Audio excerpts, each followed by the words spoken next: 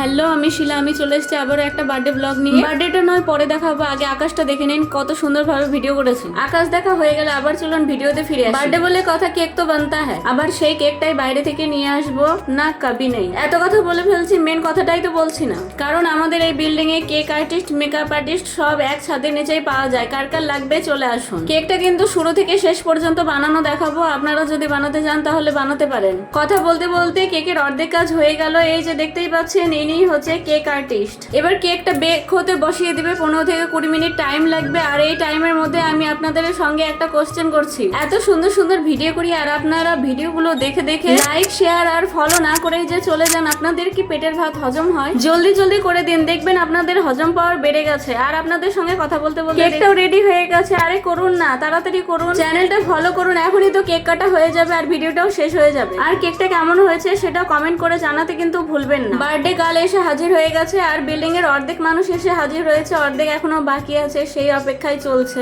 কখন বাকি মানুষগুলো আসবে আর আমাদের শুভ মুহূর্তটা শুরু হবে। Cake cutting. কেক কাটিং হচ্ছে, হ্যাপি বার্থডে তো বলুন। আপনাদের দেখি কিছুই মনে থাকে না। আরে আপনাদের কি উমার হয়ে গেছে? আরে ফলো তো করুন চ্যানেলটাকে। কেক কাটিং হয়ে গেছে, এবার ফটোশুটের পালা। এই যে দেখতেই পাচ্ছেন ফটোশুট হয়ে গেল। এবার আমরা খেয়ে নিব জিলিপি আর কেক। আজকে বেশি কিছু না, আজকের জন্য বাই বাই।